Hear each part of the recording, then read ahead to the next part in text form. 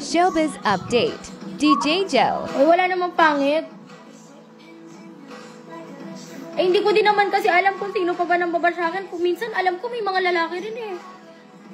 Sobrang grabe ako magbasa ng comments, pero nasasaktan lang din kasi kaya pinatigil na rin ako magbasa. Follow for more. Hindi ako okay, kung tutuusin. Well, kailangan mo naman talaga i-face yung consequence nun, di ba? Ang masama lang kasi, na-expose na ako bilang ganun. Hindi naman pwedeng sa lahat ng pupuntahan ko, sasabihin ko, hindi ako ganun, hindi ako ganyan. Bakit ako makikipag-away? Diba? Alam niyo bakit di ako makalabas? Sabi ko nga sa inyo, may mga taong sumusobra na. Like, wala nang boundaries. Wala nang boundaries. Alam niyo ginagawa? Pinipicturean ako. Tama ba yun? Tsaka kahit hindi sila magsalita, alam ko minumukhaan nila ako eh. Ikaw ba, magiging comfortable ka ba kapag may tumitingin sa'yo na hindi mo naman kilala, pero tinitignan ka, hindi ako takot sa kanila. Ang akin lang, pinoprotektahan ko lang din yung space ko.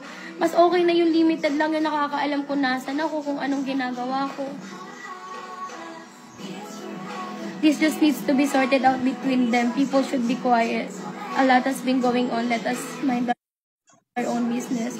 Oh, thank you, Ali. Happy birthday. I love you.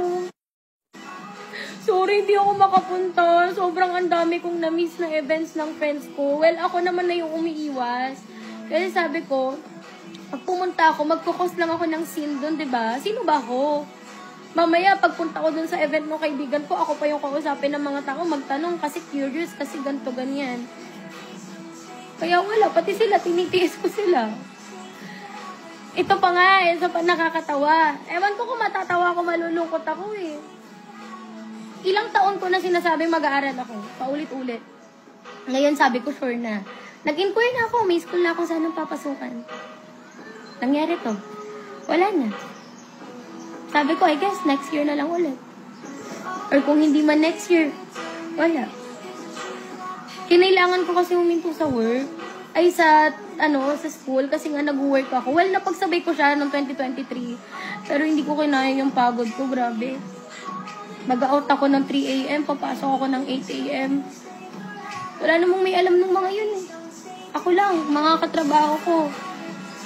Mga naging kakilala ko na, sobrang thankful ako. Kaya sabi ko, oo, mali yung ginagawa ng mga nagtatrabaho sa ganun. Pero they don't know kung gaano kabubuti yung puso ng mga yun. Promise. Ako pinakabata sa amin, daw alam na nila yung real age ko, di nila ako pinapabayaan. Pagpa-plansya nila ako ng uniform ko, gigisingin ako, kapag puyat na puyat ako. Minsan pag ayoko nang mag-inom, sasaluhin nila yung alak ko pag may sakit ako.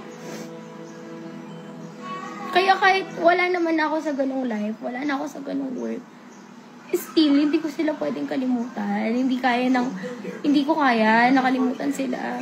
Kasi kakampi ko pa rin naman sila. Minsan ko sila naging kakampi, minsan ko sila nakatrabaho. Diba, hindi naman pagiging proud yun pag pinagtanggol nila ako eh. Kaya lang naman ginagawa yun kasi kilala nila ako. Araw-araw ba naman kami magkakasama? Stay in pa kami. Halos magkaka-live in kami pero puro kami babae. Diba?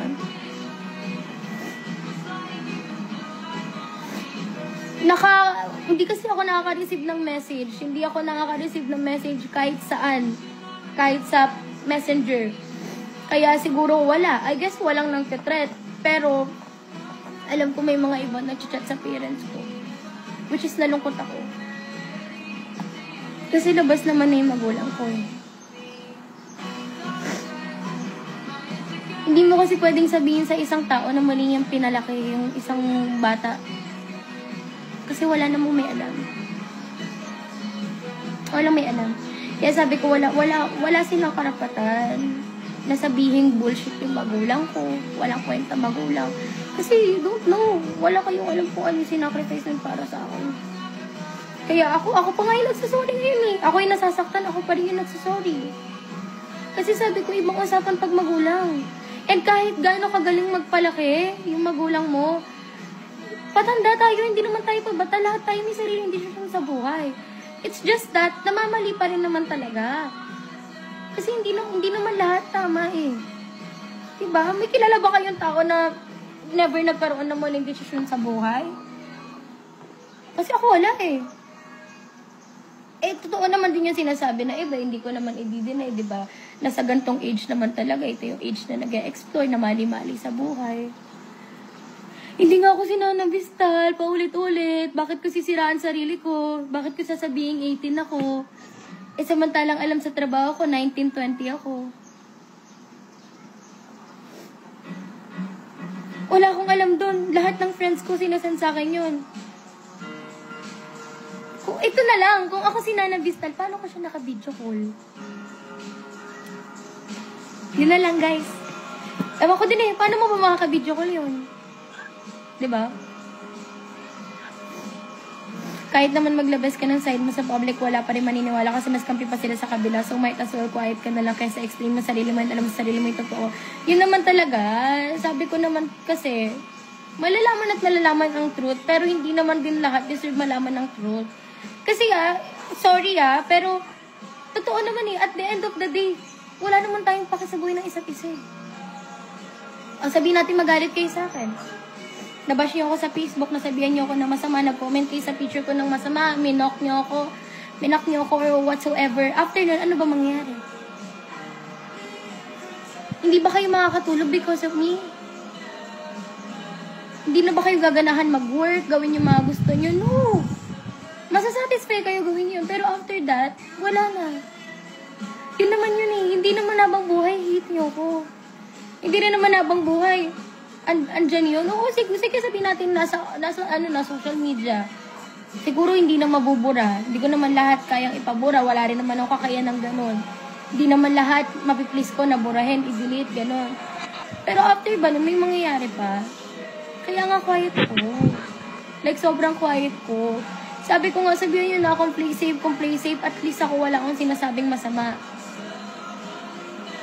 Ang pinoprotektahan ko lang yung personal ko na. Kasi labas na yung family ko, guys. Labas na yung work ko. Pero di namin yung work ko, diba? Anong ginawa ko? Nagtutalk pa rin ako. Nagtutalk ako openly sa inyo kahit sobrang uncomfortable nun. Kasi sino bang babae sasabihin na, oo, dati nagpokpok ako, dati nagganto ako. Wala. Wala nga amin.